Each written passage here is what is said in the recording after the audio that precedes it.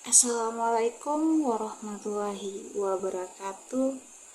Perkenalkan, nama saya Ramdhani Esasia dengan NIM 0495495517. Di video ini kita akan membahas tentang arti pentingnya pengaplikasian automasi dalam kegiatan kearsipan serta macam-macam aplikasi automasi open source yang dapat kita gunakan. Yang pertama, arti penting automasi dalam kearsipan.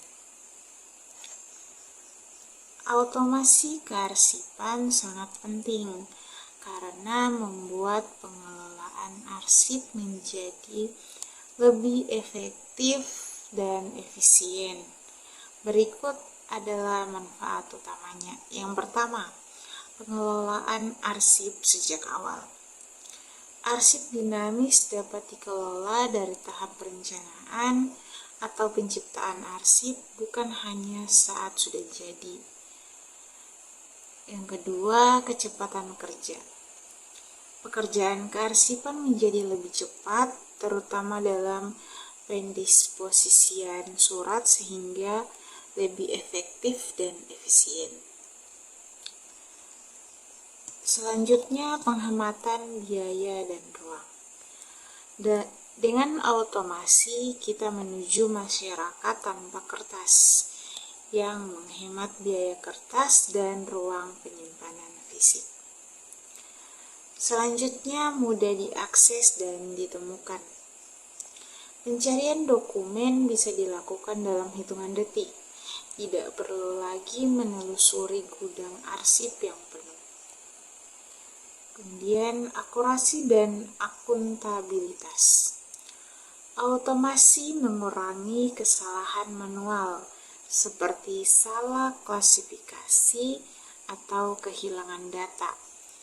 Algoritma memastikan akurasi pengelolaan arsip.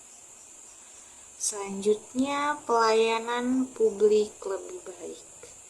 Kecepatan dan ketepatan dalam pencarian informasi meningkatkan kualitas pelayanan publik. Selanjutnya, akses fleksibel. Kita bisa mengakses arsip kapan saja, di mana saja dengan keamanan data yang terjamin melalui enkripsi. Yang terakhir, fokus pada analisis strategis. Staf kearsipan bisa lebih fokus pada analisis strategis, bukan tugas manual yang berulang. Secara keseluruhan, automasi mengubah kearsipan dari proses reaktif menjadi proaktif, mendukung pengambilan keputusan berbasis data, dan mengurangi biaya operasional jangka panjang. Kemudian, selanjutnya kita akan membahas aplikasi automasi open source untuk kearsipan. Macam-macam aplikasi otomasi open source yang dapat digunakan untuk kearsipan. Yang pertama, Arsifmatica. Digunakan sebagai platform preservasi arsip digital jangka panjang dengan memproses otomatis validasi dan pengarsipan terstruktur. Yang kedua, Icha Atom. Digunakan sebagai sistem deskripsi arsip berbasis web yang memudahkan pengkatalogan arsip. Selanjutnya, OpenKM Community Edition. Digunakan sebagai sistem manajemen dokumen lengkap dengan pengindeksan, pencarian canggih, kontrol akses, dan versioning mudah diterapkan di instansi.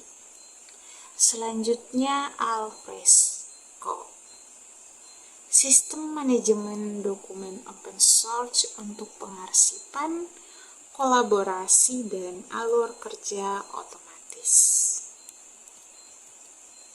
Selanjutnya, Logical Doc Community Edition, DMS open source untuk pengelolaan dokumen skala besar dengan kontrol versi.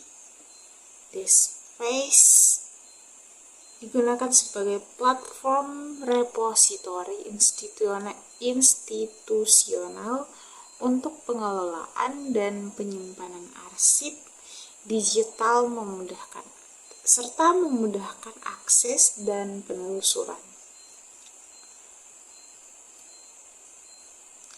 Open Domain, DMS yang user-friendly dan mudah digunakan.